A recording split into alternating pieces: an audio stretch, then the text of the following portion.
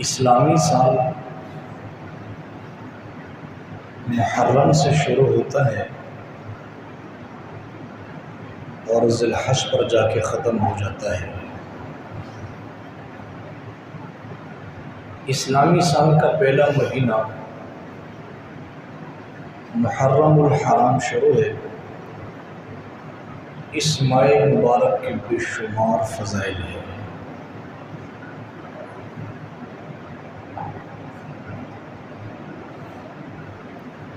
جہاں پر یہ ماہ مبارک اپنے اندر بے شمار فضائل کو سمائے ہوئے ہے، وہاں پر چند ایسے واقعات کی خبر دیتا ہے جس سے ایک مسلمان کے لیے یاد رکھنا بے حد ضروری ہے۔ جس میں سے ایک یکم محرم الحرام یوم شہادت 22 لاکھ مربع میل پر حکومت کرنے والا حکمران امیر المؤمنین سیدنا عمر فاروق رضی اللہ تعالی عنہ کا بھی ہے۔ عمر فاروق رضی اللہ تعالی عنہ کوئی معمولی اور عام شخصیت نہیں تھے۔ کچھ لوگ ہوتے ہیں جو صدیوں کے بعد پیدا ہوتے ہیں، کچھ لوگ ہوتے ہیں جو صدیوں میں پیدا ہوتے ہیں، اور کچھ لوگ ہوتے ہیں جو ایک بار پیدا ہوتے ہیں پھر ان جیسا کوئی دوبارہ پیدا نہیں ہو سکتا۔ حضرت عمر فاروق رضی اللہ تعالی عنہ وہ عظیم شخصیت ہے جو ایک بار پیدا ہوئے قیامت کی صبح تک اس جیسا کوئی نہیں پیدا ہو سکتا۔ یہ وہ عظیم شخصیت ہے کہ جس سے اللہ کے محبوب نے اللہ سے مانگا ہے، فرمایا اللہ یہ بندہ مجھے عطا کر دے۔ اور یہ وہ عظیم شخصیت ہے جس کے بارے میں آقا دو جہان صلی اللہ علیہ وسلم خانہ کعبہ کے ساتھ چمٹ کر دعائیں مانگ رہے ہیں، یا اللہ اس شخصیت کے ذریعے اسلام کو عزت عطا فرما دے۔ جو بھی آدمی اسلام میں داخل ہوا اسلام کے ذریعے سے مشرف، اسلام کے ذریعے سے بلند ہوا۔ لیکن حضرت عمر رضی اللہ تعالی عنہ کے بارے میں آقا دو جہان دعا فرما رہے، یا اللہ عمر کے اسلام کے ذریعے اسلام کو عزت عطا فرما۔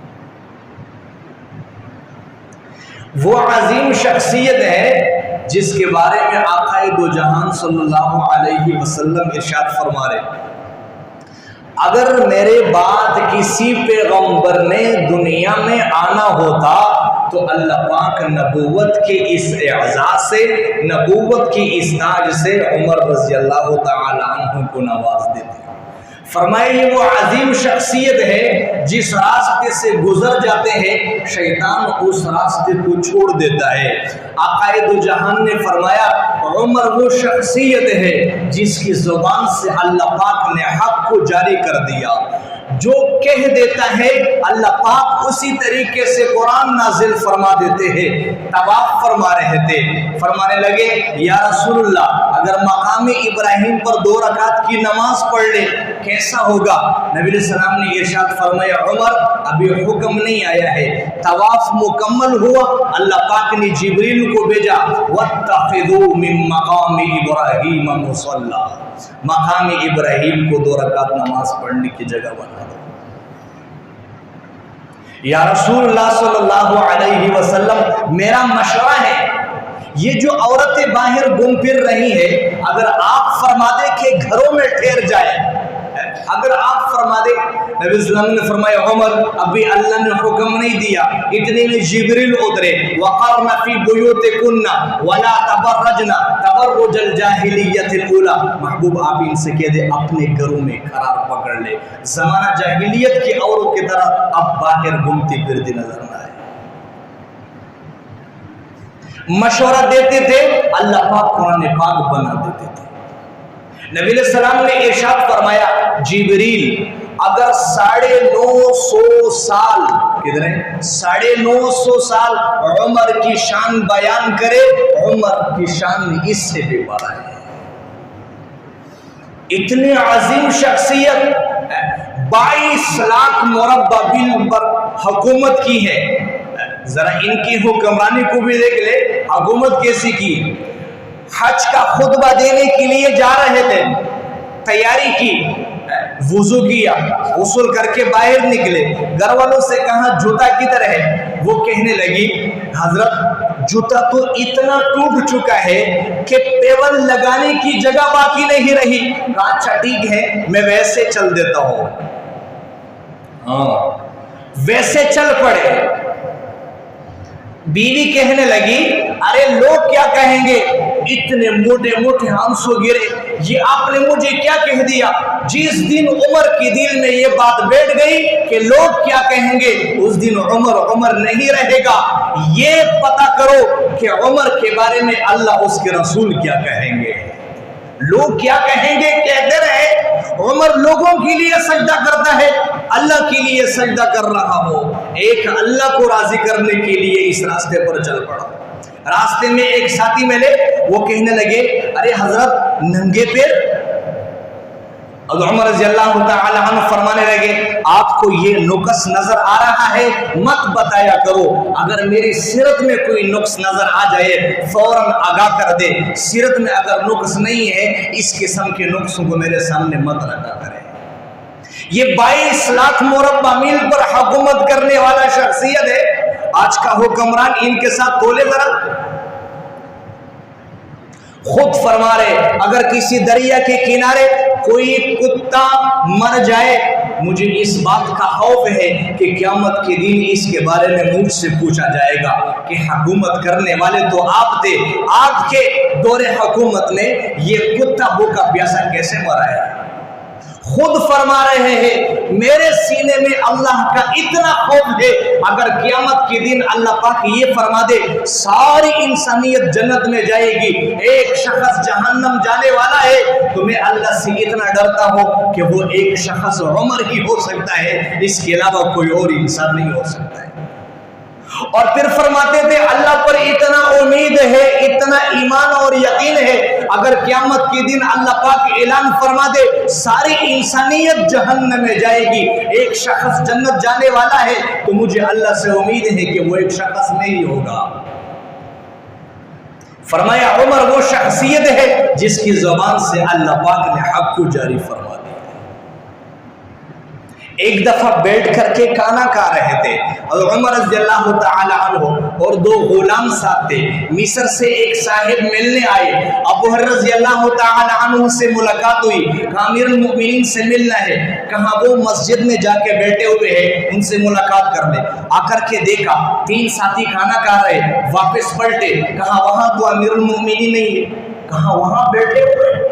ابو ہریرہ رضی اللہ تعالی عنہ نے ہاتھ سے پکڑا، کہا وہاں میں نے 3 شخصوں کو دیکھا، وہ تو غلام تھے، امیر المومنین تو وہاں کوئی نہیں تھا، وہ ایک روٹی کھا رہے تھے اور اس انداز سے کھا رہے تھے کہ ہو سکتا ہے کئی دن سے کھانا نہیں کھایا۔ کہا وہی تو ہے، کہا وہ تو غلام تھے، ایک جیسا لباس تھا، ایک ہی جگہ نیچے زمین پر بیٹھے ہوئے تھے، وہ امیر المومنین کیسے ہو سکتا ہے؟ ابو ہریرہ رضی اللہ تعالی عنہ نے اس صاحب کو ہاتھ سے پکڑا اور آ کر کے مسجد نبی میں سامنے کھڑا کر دیا، کہا یہ امیر المؤمنین ہے۔ وہ زاروں کا تار روئے، ارے اگر 22 لاکھ مربع میل پر حکومت کرنے والا شخصیت یہی ہے تو جس نے اس کی تربیت کی ہوگی وہ کتنے عظیم ہستی ہو سکتی ہے۔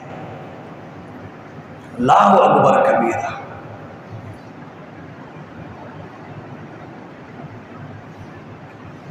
ایک دفعہ حمص شہر کے لیے ایک گورنر کی ضرورت تھی، صحابہ کرام کو سامنے بٹھایا، اب ان میں سے انتخاب فرما رہے کہ کس کا انتخاب کرو، حمص شہر کے لیے گورنر چاہیے۔ ایک دوسرے سے پوچھا، مختلف مشورے دیے، لیکن آپ کی نگاہوں کا انتخاب ابو عبیدہ بن جراح رضی اللہ تعالی عنہ صحابی رسول تھے۔ عبیدہ بن جراح رضی اللہ تعالی عنہ وہ صحابی ہے جس کے بارے میں نبی علیہ السلام نے ارشاد فرمایا ہر امت کا ایک امین ہوتا ہے، میری امت کا امین ابو عبیدہ بن جراح رضی اللہ تعالی عنہ ہے۔ حضرت عمر رضی اللہ تعالی عنہ نے عبیدہ بن جراح رضی اللہ تعالی عنہ کو کھڑا کیا اور پھر فرمانے لگے ملک شام جاؤ، حمص شہر کے گورنر آپ ہو گئے، وہاں کی سیٹ کو سنبھالو اور لوگوں کی زندگی کو سدھارنا شروع کر دو۔ عبیدہ بن جراح رضی اللہ تعالی عنہ چل پڑے۔ ان کی سوچ فکر یہ ہوتی تھی کہ جس علاقے میں جو گورنر چھوڑ دیتے تھے وقتاً فوقتاً ان کے حالات بھی لیا کرتے تھے، کہیں ایسا نہ ہو کہ دنیا کی طرف مائل تو نہیں ہو چکے ہیں۔ مہینے کے بعد آپ نے ایک شخص کو بھیجا کہ جا کر کے ان کے حالات ذرا دیکھ کے آئے، کیا حالات ہیں۔ ان نے واپس آ کر کے خبر دی بہترین حالات چل رہے۔ اور پھر آپ نے 2-3 مہینے کے بعد ابو عبیدہ بن جراح رضی اللہ تعالی عنہ کی طرف خط بھیجا اور بولا لیا کہ آپ میرے پاس چل کر کے آ جائے۔ اب جس وقت وہ چل پڑے، حضرت عمر رضی اللہ تعالی عنہ مدینہ منورہ سے باہر نکل کر ملک شام سے آنے والے راستے کے ایک کنارے میں جھاڑیوں میں چھپ کر کے بیٹھ گئے کہ حمص شہر کے گورنر کی بھی زندگی دیکھو کہ کن حالات سے اور کن یعنی وہاں کے جو فتوحات ہیں، وہاں کے جو فراوانیاں ہیں مال و دولت سے، وہ کیسے جو ہے نا وہاں کے حالات سے بے خبر ہوئے ہیں یا وہاں کے حالات سے متاثر ہوئے ہیں۔ ذرا میں مدینہ شہر سے باہر نکل کر ان کی زندگی دیکھو کہ ان کی زندگی کیسے گزر رہی۔ اب دور سے دیکھا ایک صاحب گدھے پر سوار ہو کر کے آ رہا ہے، ایک طرف ایک توشہ ہے اور دوسری طرف ایک لوٹا باندھا ہوا ہے، یہاں سے کچھ چیزیں نکال کر کے منہ میں ڈالتا ہے اور پھر لوٹے سے پانی کا گھونٹ بھرتا ہے۔ چلتے چلتے جب قریب پہنچے تو حضرت عمر رضی اللہ تعالی عنہ نے پہچان لیے کہ یہ تو عبیدہ بن جراح رضی اللہ تعالی عنہ حمص شہر کا گورنر ہے۔ باہر نکل کر کے آئے اور معانقہ ہوا اور پھر پوچھنے لگے ابو عبیدہ آپ گدھے پر سوار ہو کر کے کیوں آ رہے ہیں؟ آپ کے پاس کوئی گھوڑا میسر نہیں تھا؟ وہ کہنے لگے کہ حضرت خود اتنی طاقت قوت تھی نہیں کہ میں گھوڑا خرید سکوں اور بیت المال سے خرچ کرنا میں اپنے لیے ناجائز سمجھتا ہوں۔ اور پھر فرمانے لگے اچھا آپ کے پاس یہ کیا ہے؟ ان کا خیال تو یہ تھا کہ اس میں کئی پستہ پڑا ہوگا، بادام پڑے ہوں گے، مختلف قسم کے جو ہے نا وہ چیزیں پڑی ہوگی اور یہ جو چل کر کے کھا رہے۔ تو حضرت نے فرمایا آپ خود ملاحظہ فرمائے، حضرت عمر رضی اللہ تعالی عنہ نے جب ہاتھ ڈالا تو وہ تو کئی دن